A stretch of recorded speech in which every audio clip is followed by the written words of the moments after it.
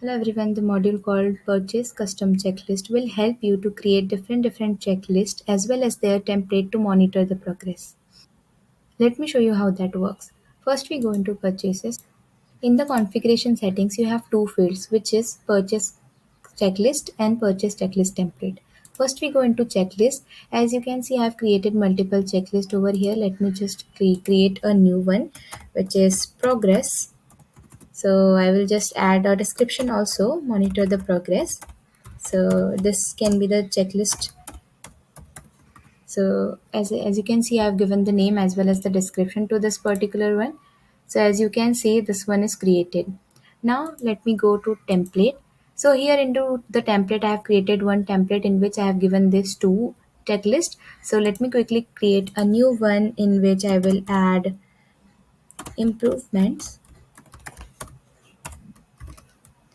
And by simple clicking over here you will get all the checklists, so you can simply add and you can go ahead with the selection. So I've added these three over here. Let me just quickly save this out. So this is how you can create checklist as well as the template. Now let's quickly go into purchases and check the process. So here you can see the progress of checklist in the list view as well as in the kanban view. So here you can check which checklist is completed or not. Now let's create a new quotation and check the process. I will add the products over here. As you can see, there is a new tab which is checklist. Let me go over there.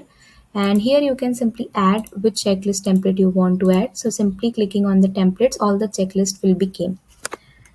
So once this is done, let me save this out. So to monitor the process, you just need to click simply over complete and cancel. So suppose if the quotation is requested, I will send the mail as well. So I will quickly share the mail over there and send.